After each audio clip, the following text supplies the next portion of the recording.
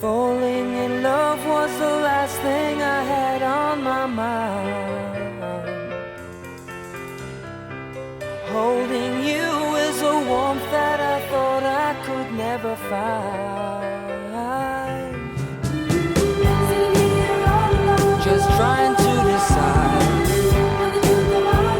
or stay by your side. I know I could cry, I just can't find the answers to the questions that keep going through my mind. Hey babe, isn't it time? Chapter 6. There is no disguise which can hide love for long where it exists, or stimulate it where it does not. François de la Rochefoucauld, 1613-1680. From Sirius Schmendrick 4428 at AOL.com. Subject, Mac and Cheesies. To Lori Solomon 6697 at Yahoo.com. I am just beginning to realize that all I do is work, get buzzed often, and watch a worthless world fly by me. All I ever come home to are a computer screen, a plate of cheese, and a bottle of beer. I conduct my love-sex life more like a series of isolated commando missions than anything normal or healthy. I see a target, I strike, I go back into hiding. I have never been involved with a girl that I actually gave a damn about, although I've tried to convince myself otherwise. It's always about me. I'm starting to wonder if I'm even capable of giving a damn about anyone. This, of course, has major advantages, like the fact that I've got a bulletproof emotional construct. Unfortunately, it also means that I am depriving myself of feeling anything beautiful in the interest of self-preservation. I'm afraid that I'll meet someone I actually like, and when she ultimately finds out what an irresponsible, immature, and self-centered bastard I am, she'll tell me to take a hike, and wise she would be to do so.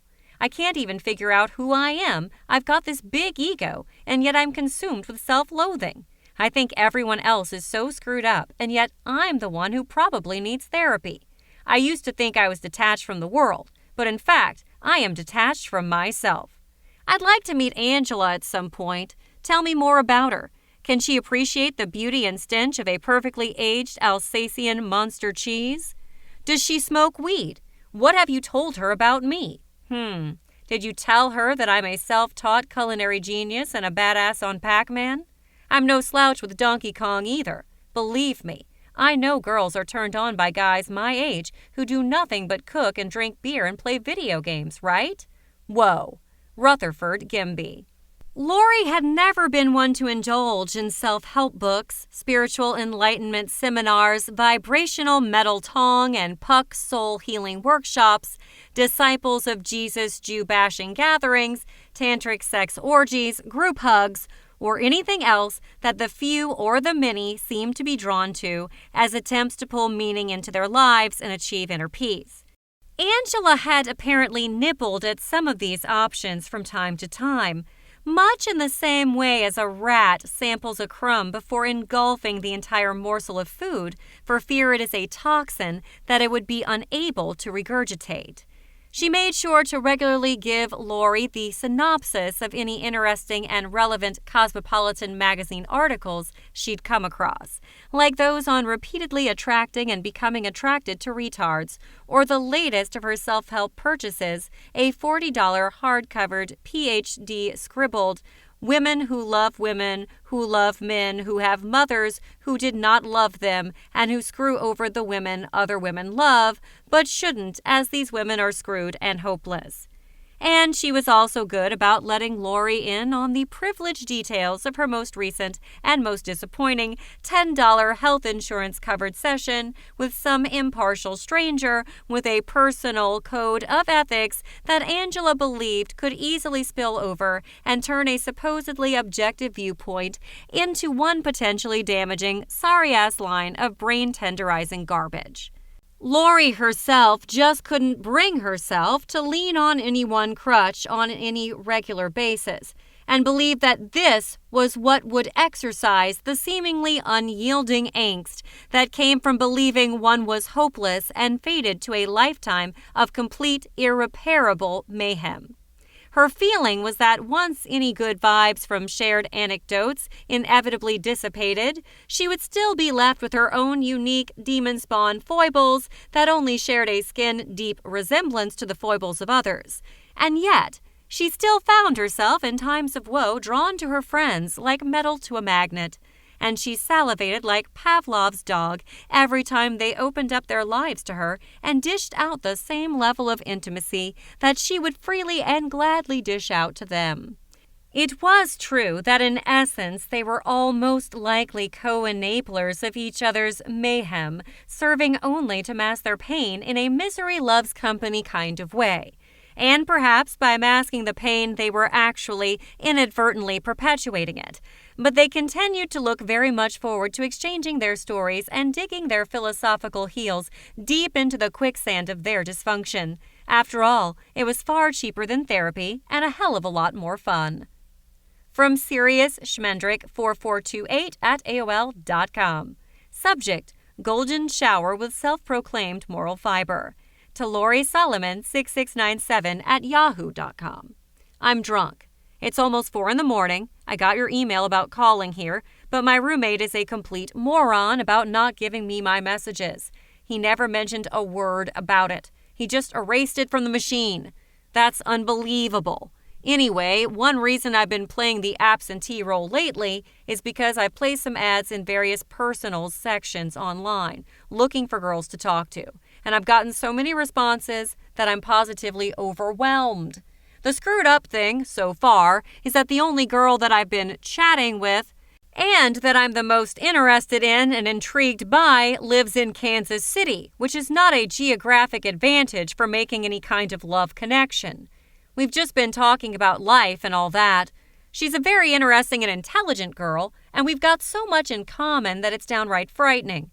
I'd better just drop it now, lest I start to sound like the short-sighted, ignorant clown that I am. I will speak with you shortly, of course, and I may need your womanly advice about how to handle some things. I actually saw my ex tonight, very briefly, and I thought about asking her for some advice, but screw that. She's got a new boyfriend, who I'm told is a complete dick. Unbelievable. You see, Lori, that's the problem. No matter how much you try and deny it, the fact is that most girls are not interested in guys like me. I'm not saying all girls, I'm just saying most girls. I've never met any of your boyfriends, Laurie, but just let it be known that, not to stroke your ego, I've always felt that you are way too smart and perceptive to fall into that jerk lover syndrome. So I'm not saying that you like jerks, but most girls do. And don't even think about denying it. If I'd have treated my ex like a piece of trash, I'd be in bed with her right now, and that's a fact. So put that in your pipe and smoke it. I'm just kidding about the pipe, but not about the way that girls are largely attracted to dicks. I don't care what anybody says. Nice guys always do finish last, and you can take that to the bank. It never ceases to amaze me when I think about how many stupid, arrogant, self-absorbed asses I've known in my life that had girls falling all over them. Some girls I actually respected. Can you tell what a frustrated, lonely, angry bastard I'm becoming yet? Anyway, I'm tired and I have a headache, and my feet are beginning to stench. I haven't washed these socks in a week. Showering seems futile and tedious and ultimately conformist. Lord, I'm pathetic. I've got to go. But we'll talk expediently. Just don't bother leaving me any messages because there's only a 50-50 chance that I'll get it anyway. Yours, Rutherford, a.k.a. Johnson Longwood. Laurie flocked to Rutherford's apartment in Portsmouth to seek solace amongst his proudly displayed pile of belly-button lint in the corner of his shower, petrified clumps of black bearded growth lining his entire bathroom sink basin, and 10-week-old fungus and mold-covered coffee cake in the center of his kitchen table. He loosely tied the back of his cooking apron while she talked, and hunched over a kitchen counter covered with recipe books and an array of pots, pans, spices, and vegetables. He began to lightly dust an ensemble of chicken strips with pan-searing flour, making sure to nod every so often to let Laurie know that he was paying attention to her. With a spray of olive oil weakly smoking in a pan behind her head, she talked to him about meaning, and how it seemed as though some people didn't seem to have a need for it when it came to a relationship. Where was the meaning, she asked, in a union that was strictly of the physical nature, propelled mostly by ego, sustained primarily by hormones, a union that was more analogous to a killing by a camouflaged hunter in deer-infested woods, a union that could very well end up torn apart, its vulnerability jutting out as a prized capture on a whitewashed wall. "Laurie," Rutherford said, "the pathologies involved here aren't important, and my theories are so twisted that even I don't understand them." Laurie looked quizzically at him. "What?" "The important thing," he continued, carefully setting the chicken slices on the pan to cook, "is that you obviously get rather turned on by guys who aren't afraid to shower you with sexual commentary and bold-faced aggressive behaviors, right? Correct me if I'm wrong about that." She remained quiet. "Look," he said, "it all boils down to I want to get screwed like a dog and Paul isn't doing that, right? Of course I'm right. As for an insight into the male mind, you'd better sit still, as what I'm going to say may offend you. Nick Warren has no concern for you whatsoever. He doesn't care. He, I guarantee you, is lying around his home and thinking about how easy and bizarre it was to get between your legs by simply flashing his weenie at you. That's the way guys think, Laurie. You showed him vulnerability and he simply capitalized on it." Laurie shifted uncomfortably in her chair, her elbow brushing a piece of petrified, once buttered toast lying on a nearby plate. "I think there's more to it than that," Laurie said. She forcefully pushed the plate away from her into the table. "No, there isn't." Rutherford looked at her incredulously. "Trust me, Laurie, you're completely wasting your time and emotions worrying about closure from any guy that you've ever taken as a partner only for the purpose of sexual liberation," he said. "They don't care who you are. It might sound simplistic, but I'd gladly debate any mother like Nick on the matter." He moved the pan of caramelized chicken from the stovetop and sprinkled some parsnips around it before placing it inside the heated oven below. He might rant and rave about this crap and try to save his face in mixed company, but once any ladies were out of the room, he'd giggle and nudge me in the ribs and say, "Yeah, it was so easy, you know. I'll bet every cent I have in the bank that that's what would happen. Now, I've only got like $6 in the bank, but that doesn't diminish my conviction." Laurie sat quietly, watching Rutherford obsess over the lumpy consistency of a tub of chicken gravy. He carelessly bustled about his kitchen as though there was no one there but him and his organic food and seasonings and cookbooks, and Laurie continued to watch him without saying a word. "The only advice I have for you," he continued, "is to learn how to get Paul to pull out the dog collar and give you a good animalistic screw, right? Tell him that you don't care about the cuddly-wuddly crap. There's nothing wrong with that." He removed the chicken from the oven and placed it back on the stove next to a bottle of basting oil. "As for Babette, I've thought a lot about what she is up to when I'm not around. I'm not stupid, and I'm not naive. With Babette, I don't trust her, but the irony of my mistrust is that I do trust that she'd tell me about it immediately if she was with someone else. And the ultimate irony is that I don't care." Laurie was home again, mindlessly thumbing the pages of an assigned chapter in her 6th edition microbiology textbook. She wished its contents were more personalized, more of the type of subject matter she could relate to. She didn't want to think about bacterial flagella and prokaryotic versus eukaryotic cells. She wanted to think about life and death and love and lust and pain and angst and emotion. Maybe she'd switch her major to psychology. Her phone rang. "Hey." "Who's this?" she asked. "Nick." It had been weeks. "Oh, hey," she said, her fingers numb against the receiver. "What do you want?" "So, I was wondering what, you meant by a certain, joke you wrote on one of the logs at the station."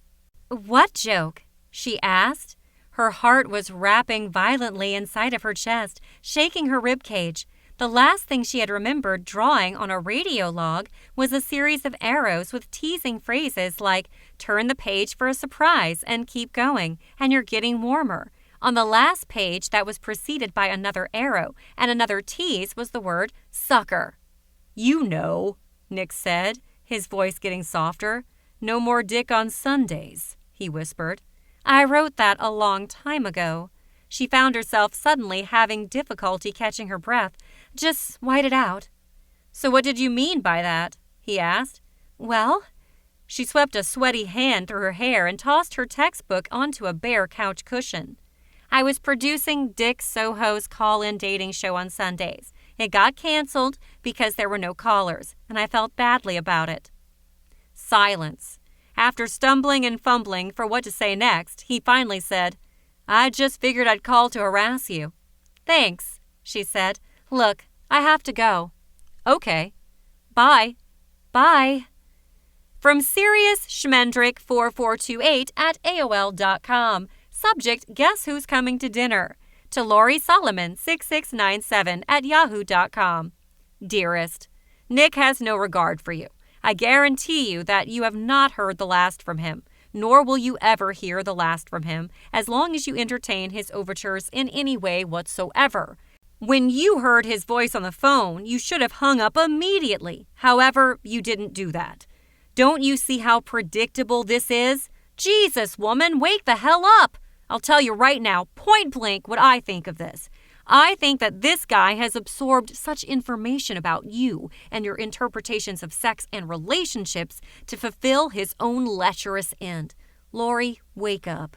Nick sees you as a horny little honey that he can keep on the side to manipulate for his own personal pleasure. This crap is as easy as 2 + 2. Wake up, goddammit! You can't possibly be as foolish and gullible as you're sounding. You can rant and rave all you want about wanting to be done with those encounters with Nick, but the fact is that you're still excited about it all, and on some weird level, you want them to continue. Tell me I'm wrong. Go ahead. Tell me I'm wrong. Not Rutherford. Lori was called in on a weekday to voice a commercial for the radio station. This was a rarity as the station mostly used male voices for spots, and there weren't many spots to voice to begin with. Over time, more and more of the original radio staff were being recruited to fill full-time positions for a new business-oriented format that was being launched at the station. Lori sat on a paisley chenille sofa near a maze of newly erected office cubicles in the station, silently marveling at how much more structured, sterile, and corporate the building was beginning to look. The office outside the closed production studio door was vacant, apart from Nick sitting quietly at his desk with his back to her. She noticed that he had lobbed off his frizzy ponytail, an obvious attempt to try and blend in better with the highfalutin, impervious social infrastructure of the place, run as it was now by cosmopolitan suit and tie, Wall Street Journal types. It was the most revolutionary of takeovers by the carbon copy Boston Blue Bloods, with their cappuccino-stained ceramic mugs artfully decorating the edges of their cubicle wall-divided desktops, and their scores of circling, flirtatious, waif-like administration staff. It was a black and white contrast to Metro West hempcats like Helga and Bert, who drank from striped paper cups and whose creative, libidinous energies could never be confined to the boundaries of an office cubicle. Nick said nothing to Lori as she quietly continued to sit on a thick cushion of the couch, waiting to be called into the production room. He merely maintained a Pompeii frozen posture while staring intently at the screen of his computer and typing. He acted as though she were not even present in the room, but Lori knew that Nick was very much aware of her, perhaps more aware than he had wanted to be. The game was on. Lori cleared her throat. "Do you want to hear a joke I heard?" Nick's head turned, and a toothy smile grew on his face. "You want to see it?" "No," she said, with a laugh. "I asked you if you wanted to hear a joke. What would make you think I was referring to it?" "Well, it's here any time you want it," he mumbled casually, returning to his typing. The production manager's face appeared in the doorway of the studio, and he motioned for Lori to come inside. She sashayed past Nick's desk, where he had resumed his veneer of engrossment and importance. She slowed her pace some, but did not look at him, not directly. He was kept only in her peripheral vision, just as he seemed to be lingering only in the frayed fringes of her life. She promptly finished her session and emerged from the recording studio. Rounding a corner, she longingly eyed Nick's empty chair and vacated workstation. She drew a deep breath slowly, let the air out of her lungs, and gently swept her fingertips across the surface of his desk as she made her way out of the building. Back at home, Laurie lay in her bed, just starting to drift off to sleep. She lifted a Greek philosophy book fanned out on her chest and set it down on some floor space near her bedside. She turned her body to one side, tucked her legs up in the fetal position, and thrust her arms underneath her pillow. Her breathing deepened, and the hum of a digital clock on her nightstand grew fainter and fainter. Her phone was ringing. She was jolted awake. "Hello, Laurie, it's Nick." It was like a creature from a monster movie suddenly coming to life again, after looking as though it had been killed sufficiently for the closing credits to begin rolling. "Hi," Laurie said, her lungs airless from her throat suddenly closing in on itself. "I just called to see how you were doing." "Aw, really?" "And I was wondering if you wanted to drop by the station sometime and keep me company." Falling in love was the last thing I had on my mind.